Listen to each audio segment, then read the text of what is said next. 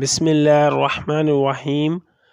السلام علیکم ورحمۃ اللہ وبرکاتہ۔ رب ارحمہما کما ربیانی صغیرا۔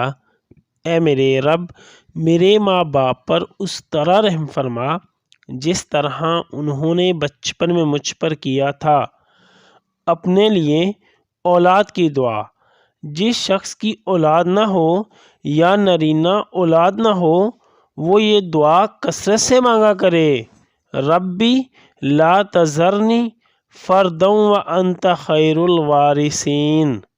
ترجمہ: اے میرے پروردگار، مجھے تنہا چھوڑیے اور آپ بہترین وارث ہیں۔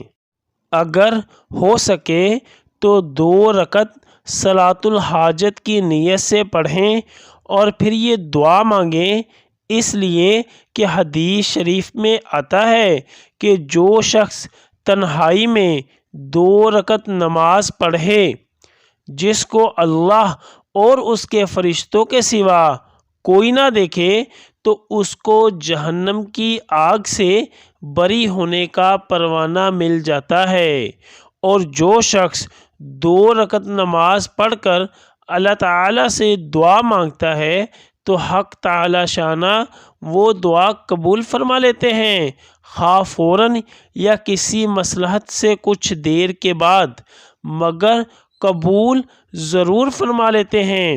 حضرت زکریا علیہ السلام نے طلب اولاد کے لیے مندرجہ بالا دعا مانگی تھی، جس کو اللہ تعالیٰ نے قبول فرما کر ان کو حضرت یحییٰ علیہ السلام جیسا بیٹا عطا فرمایا۔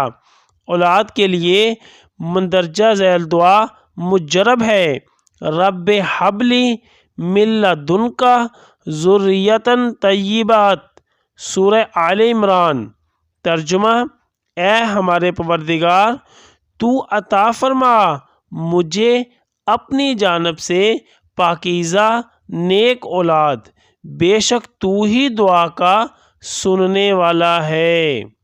مندرجہ ذیل دعا حضرت ابراہیم علیہ السلام کی ہے، جو طلب اولاد کے لیے تھی، جو قبول ہوئی، اور حضرت اسماعیل علیہ السلام پیدا ہوئے۔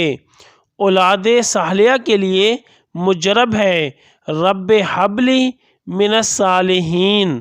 ترجمہ: اے ہمارے رب، تو مجھے نیک اولاد عطا فرما۔ آمین۔ یا اللہ، خاندان اہل بیت کی سچی محبت ہمارے دلوں میں راسخ فرما۔ یا رسول اللہ صلی اللہ علیہ وسلم، ہمارے ماں باپ اور ہماری آل اولاد آپ صلی اللہ علیہ وسلم پر قربان ہو۔ آمین یا ارحم الراحمین۔